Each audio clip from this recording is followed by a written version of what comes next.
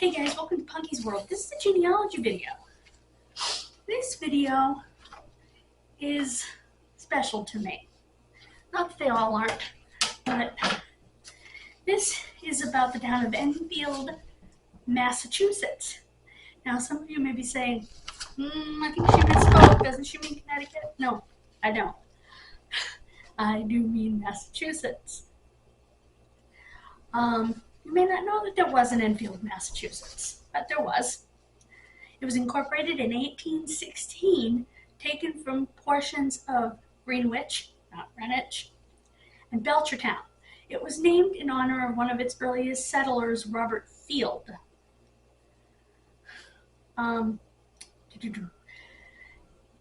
Enfield was disincorporated on April 28, 1938, and portions of the town were annexed to the adjacent towns of Belchertown, New Salem, Pelham, and Ware.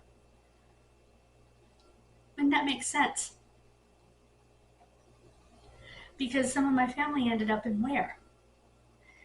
So I'm thinking that they went to the part of Enfield that was annexed by Ware and ended up in Ware.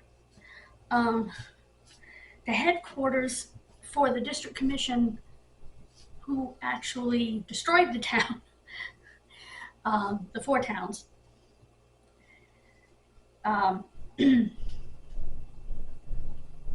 was actually headquartered in Enfield.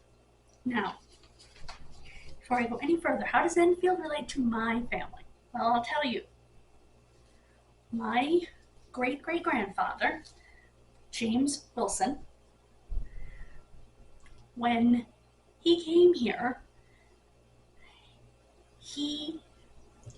they came into New York to a place called Castle Garden in 1873, which is, Castle Garden was before Ellis Island. Excuse me. And he was naturalized in the town of Enfield, Massachusetts, in Smith's Village, which from our research looks like it was the Irish section of town.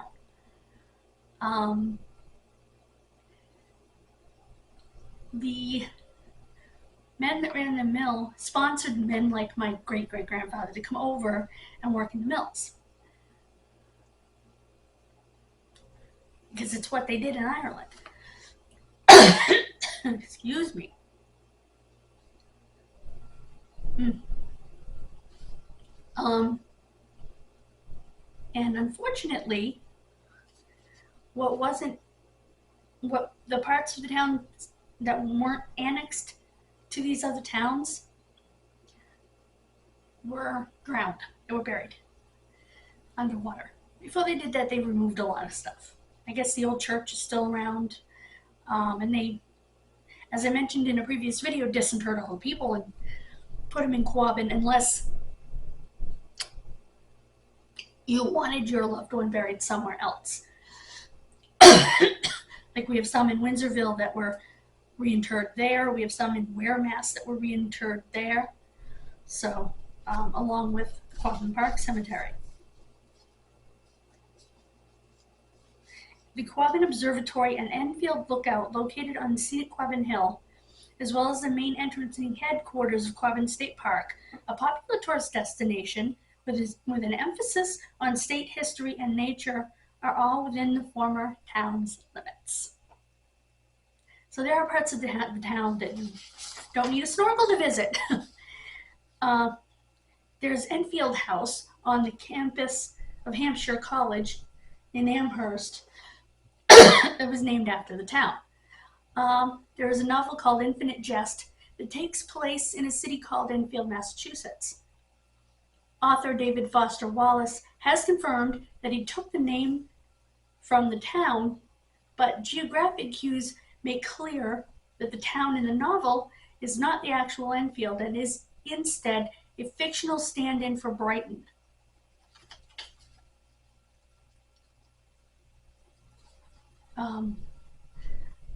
At the town's final ball, the band played Old Lang Syne. When the song ended, the town became a part of Belchertown. The other three towns that were drowned were Dana, Greenwich, and Prescott.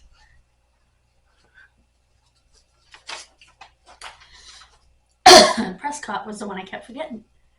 The town was situated on the confluence, I think that's like the meeting of, the east and west branches of the Swift River in western Massachusetts. Enfield was the largest and southernmost of the four towns, inundated, nice way of saying flooded, to create the Quabbin Reservoir.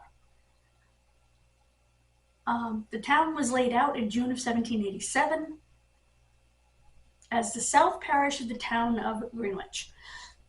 Enfield was officially incorporated from parts of Greenwich and Belchertown on February 18, 1816, and named in honor, again, of Robert Field. The population reaching nearly 1,100 by 1850, that must be census numbers. Enfield was the largest of the Quabbin towns, and for most of its existence, it was the most prosperous in a generally impoverished region. While agriculture remained the primary source of income for most residents, it was also the site of an early grist mill and whetstone production, and by the 1820s it was home to the Swift River Valley's only printers, Solomon and John Howe. How interesting. No pun intended. The relative abundance of water power from the Swift River promoted manufacturing too, resulting in flourishing textile mills, cotton and wool, and the manufacture of wood products, leather goods, including boots and shoes, shingles, pearl buttons, and palm leaf hats. Smith's Village, the upper of the two villages in Enfield, was virtually a company town for the Swift River Company, a textile manufacturer. That's where most of my family worked. This is just some things I've highlighted, which operated from 1821 to 1935. While the Minot Manufacturing Company chartered a woolen mill in the lower village in 1837, a spur of the Boston and Albany Railroad, the Rabbit Run, was built through Enfield in 1871, connecting the town to Athol, to Greenwich, New Salem, and Athol to the north, and to Springfield to the south. Like other towns in the Swift River Valley, Dana, Greenwich, and Prescott, Enfield's fortunes declined sharply after the turn of the 20th century. And then there was a critical demand for water in Boston, and so they said, let's make this reservoir and redirect the rivers up here. April 28, 1938, the above water portions of Enfield were annexed, and on August 14, 1939, the reservoir began to fill. Oh, it's so sad.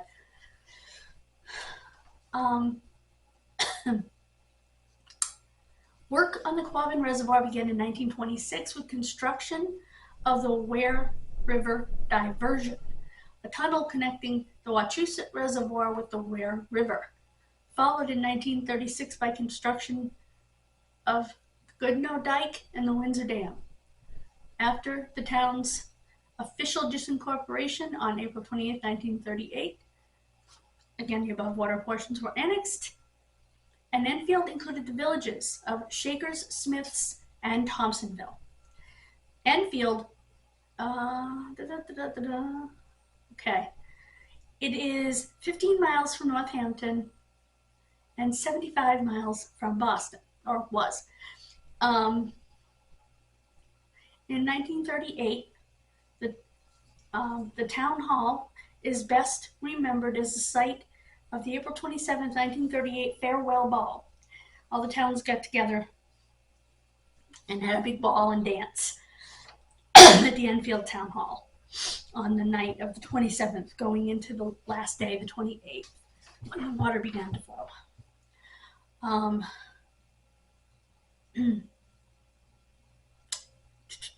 It was attended by as many as 3,000 folks.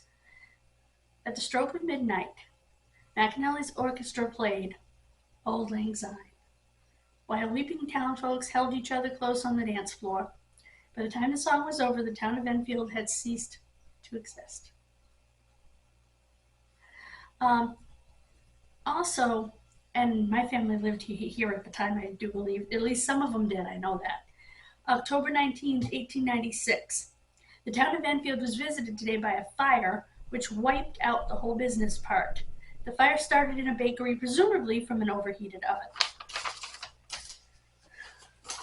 Oh, that town baker must have been popular. All through this, you'll be seeing pictures up here. Here's an interesting story from last month, actually. In August, a man found and is lovingly restoring an 1816 viol. It's kind of like a cello, kind of like a violin. But more like a cello because it sits between your legs and that's how you play it. It was built in Enfield, Massachusetts in 1816 by Benjamin R. Harwood. It was found in a basement in Detroit, Michigan. It still had Mr. Harwood's label intact after 206 years, which is, excuse me, freaking cold, which is astonishing to me. There will be a picture here. I always point there and then my finger's behind the picture, but you get the idea. Because it's astonishing. But it only said Enfield. So he had to look up Benjamin R. Harwood to find that it was Enfield, Massachusetts. Even stranger, the man who had heard about it was from Western Mass, and the lady who found it was from Amherst. So it's weird that it ended up in Michigan. But I was thinking about it. I have a lot of family in Detroit. I don't know if I still have as much. I think I do. So I'm wondering if one of them lived in that house at some point and left it stuck in the basement. I know that my family that was in Detroit came from Connecticut, but they all came from Enfield first. So it's possible that I was related to the person who originally brought that to Detroit. It is exceedingly possible. Now, could I be wrong? Of course. Easily. But that just hit me. If you have family from Enfield, let me know. I would love to talk to anyone who has a history there like I do. Their records are still available, thank goodness. I'm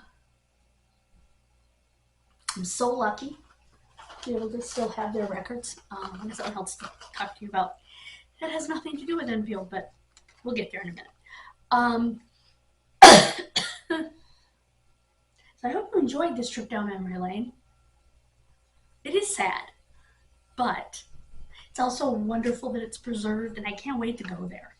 I mean, I was only 15 miles from there in Northampton. I want to go to the lookout and take pictures. Maybe take a video, take you guys with me. That would be so much fun. And it would be something I would always have, So I would love to do that. I'm still working on it. In the Quabbin Park Cemetery, we could go there. We really have a good day doing that. Coming up on this channel in the next month will be, well, first off, October 1st will be Oktoberfest. I'm not going to take you for my blood draw.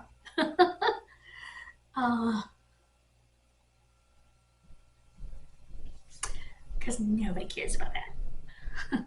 Have to do that actually middle of next week. Oh, and I got my paperwork back again from the courthouse. So I have to call them next week and find out why they never looked at my application for indigency.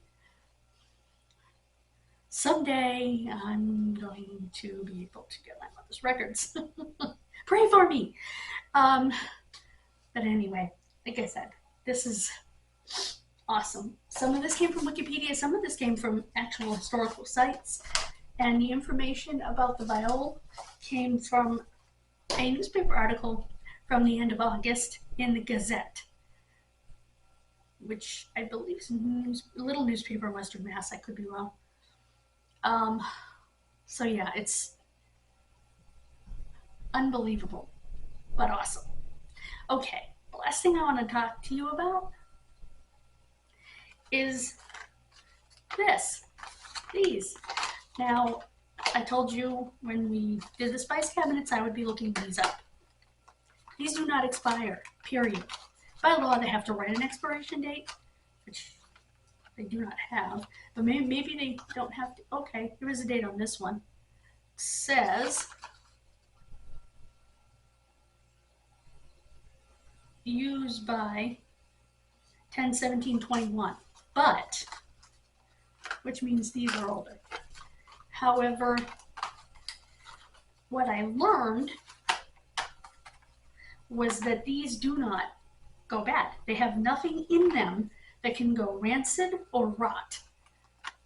They make it hard and you have to add a little bit of hot water to them, but they do not go bad. So we'll be keeping those. That's good to know. They don't go rancid, they don't rot, because there's no ingredient in them that does. So that's good to know. So I wanted to check it out and I wanted to update you on that because I promised that I would. Thank you so much for joining me. I hope you enjoy all 3 videos. The one I made last night, that's about 2 minutes from being up, my secret disaster. The one that I just edited and got ready to go up as soon as this one's up in the next 2 minutes. And this one. I have, again, been so blessed with so much information and so much just, I'm lucky, you know, because I know where to find the information and what to do with it. And I hope the next time I go out to where my friend lives, we can stop there, maybe stop at Quabbin Park in Belchertown. And I will take you guys with me for sure, because they won't mind me vlogging. So, I'm trying to, I have clips in the back of my hair, but it's still not completely holding up everything. Anyway, thank you so much for joining me, for hearing my history, which, if it's your history, let me know. I would love to know that. Do you have stories about the other drowned towns? Did your family come from the other drowned towns?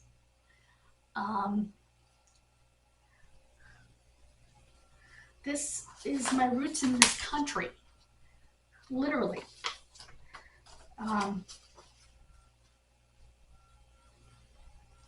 I hope you have a wonderful rest of your day. Click the like button.